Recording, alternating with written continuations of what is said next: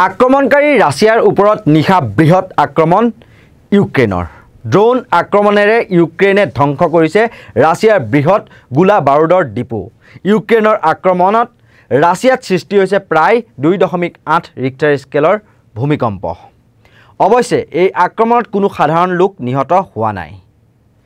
আক্ৰমণকাৰী ৰাছিয়াৰ ওপৰত বৃহৎ ড্ৰোন আক্ৰমণ কৰিছে ইউক্ৰেইনে নিশা কৰা এই আক্ৰমণত ধ্বংসস্তূপত পৰিণত হৈছে ৰাছিয়াৰ কেইবাটাও বৃহৎ গোলা বাৰুদৰ ডিপো এই দাবী কৰিছে ইউক্ৰেইনে আৰু ইউক্ৰেইনৰ নিৰাপত্তা সেৱা চমুকৈ এছবিইউৰ এক সূত্ৰই বুধবাৰে আন্তঃৰাষ্ট্ৰীয় সংবাদ সংস্থা সিএনএনক জনোৱা মতে নিশাৰ ভিতৰত চলোৱা ইউক্ৰেইনৰ ড্ৰোন আক্ৰমণত ৰাছিয়াৰ পশ্চিম অঞ্চল টিভেৰৰ এটা গোলা বাৰুদৰ ডিপো ধ্বংস হয় সূত্ৰটোৱে জনোৱা মতে ইউক্ৰেইনৰ ড্ৰোনে ৰাছিয়াৰ প্ৰতিৰক্ষা মন্ত্ৰালয়ৰ দ্বাৰা পৰিচালিত টৰোপেচ চহৰৰ গুদামটোক লক্ষ্য কৰি লৈছিল আৰু এই গোলাবাৰুদৰ গুদামটোত ইস্কান্দাৰৰ টেকটিকেল মিসাইল সিস্টেম ব্যৱস্থা Tochka U tactical missile system guided aerial bombs আৰু আৰ্টিলাৰী গোলাবাৰুদৰ মজুত আছিল আৰু এই ড্ৰোন আক্ৰমণত অস্ত্ৰ ভাণ্ডাৰটোত লগতে পাৰ্শ্বৱৰ্তী এলেকাত বৃহৎ অগ্নিকাণ্ড সংঘটিত হয় আৰু ইয়াৰ ফলতে অস্ত্ৰ ভাণ্ডাৰটো সম্পূৰ্ণৰূপে ধ্বংসস্তূপত পৰিণত হয় বুলি দাবী কৰা হৈছে এই আক্ৰমণৰ পাছতে আঞ্চলিক চৰকাৰৰ গভৰ্ণৰ ইগোৰ ৰুডেনিয়াৰ বুধবাৰে পুৱাৰ ভাগত অঞ্চলটোত আংশিকভাৱে খালী কৰাৰ নিৰ্দেশ দিয়ে ইফালে এই আক্ৰমণত সমগ্ৰ অঞ্চলটোত ভূকম্পনৰ সৃষ্টি হয় নৰৱেৰ ভূমিকম্প বিজ্ঞান গৱেষণা ফাউণ্ডেশ্যন NORSARৰ ভূমিকম্প বিজ্ঞানী বেন ডাণ্ডোৱে সংবাদ সংস্থা সিএনএনক জনাইছে যে ইউক্ৰেইনৰ এই ড্ৰোন আক্ৰমণৰ ফলতে উত্তৰ পশ্চিম ৰাছিয়াত ৰিক্টাৰ স্কেলৰ 2.5 পৰা 2.8 প্ৰাবল্যৰ ভূমিকম্পৰ সৃষ্টি হয় বুধবাৰে পুৱা মেক্সাৰ টেকনলজিছে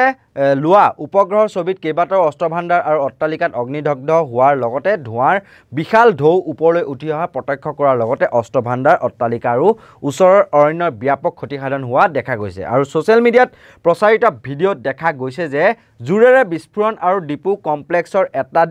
একাধিক অট্টালিকাত জুই জ্বলি উঠিছে ইফালে ৰাছিয়াই ইউক্ৰেইনে ড্ৰোন আক্ৰমণ কৰাটো স্বীকাৰ কৰিছে ৰাছিয়াৰ চৰকাৰী সংবাদ সংস্থা টাছে প্ৰকাশ কৰা অনুসৰি ৰাতিটোৰ ভিতৰতে ইউক্ৰেইনে টৰোপেচ চহৰত ড্ৰোন আক্ৰমণ চলাইছিল আৰু ৰুছ প্ৰশাসনে অঞ্চলটোত আক্ৰমণৰ ফলত অগ্নিকাণ্ড সংঘটিত হোৱা আৰু ধ্বংসস্তূপত পৰিণত হোৱা বুলি স্বীকাৰ কৰিলেও দেশখনৰ বিশাল অস্ত্ৰ ভাণ্ডাৰ ক্ষতি হোৱা নাই বুলি প্ৰকাশ কৰা নাই ইতিমধ্যে 11টা শিশুকে ধৰি ক্ষতিগ্ৰস্ত বাসিন্দাসকলক চুবুৰীয়া পস্কভ অঞ্চলৰ কুনিয়া আৰু ভেলিকিয়ে লুকি বসতি স্থললৈ স্থানান্তৰ কৰা হৈছে বুলি ৰুছ চৰকাৰী সংবাদ সংস্থা টাছেক জনাইছে ড্ৰোন আক্ৰমণত কোনো সাধাৰণ নাগৰিক আহত হোৱা বুলি সংবাদ সংস্থাটোৱে প্ৰকাশ কৰিছে ইউক্ৰেইনৰ নিৰাপত্তা সূত্ৰটোৱে সংবাদ সংস্থা সিএনএনক জনোৱা মতে ৰাছিয়াৰ ক্ষেপণাস্ত্ৰৰ ক্ষমতা হ্ৰাস কৰিবলৈ পদ্ধতিগতভাৱে এই আক্ৰমণ কৰা হৈছে আৰু এই আক্ৰমণ অব্যাহত থাকিব আৰু যোৱা সপ্তাহত ৰাছিয়াৰ ৰাষ্ট্ৰপতি ভ্লাদিমিৰ পুটিনে নাটোৰ সদস্যসকলক সকীয়াই দিয়াৰ পিছতে ইউক্ৰেইনে ৰাছিয়াত বৃহৎ আক্ৰমণ চলোৱাটোৱে বিশেষ তাৎপৰ্য বহন কৰিছে আৰু ইউক্ৰেইনৰ দীৰ্ঘ দূৰত্বৰ ক্ষেপণাস্ত্ৰ ব্যৱস্থা ব্যৱহাৰৰ ওপৰত থকা নিষেধাজ্ঞা উঠাই ল'লে ৰাছিয়াই পুনৰ যুদ্ধত নামি পৰিব বুলি পুটিনে সকীয়াই দিছিল কিন্তু ৰাছিয়াৰ ভাবুকি কেৰেপ নকৰি ইউক্ৰেইনে আমেৰিকাকে ধৰি নিজৰ মূল মিত্ৰ দেশসমূহক ৰাছিয়াৰ ভূখণ্ডত ক্ষেপণাস্ত্ৰ আক্ৰমণ কৰাটোৱে ৰাছিয়া ইউক্ৰেইনৰ যুদ্ধই ভয়ানক ৰূপ লোৱাৰ ইতিমধ্যে ইংগিত বহন কৰিছে এনেকুৱা ধৰণৰ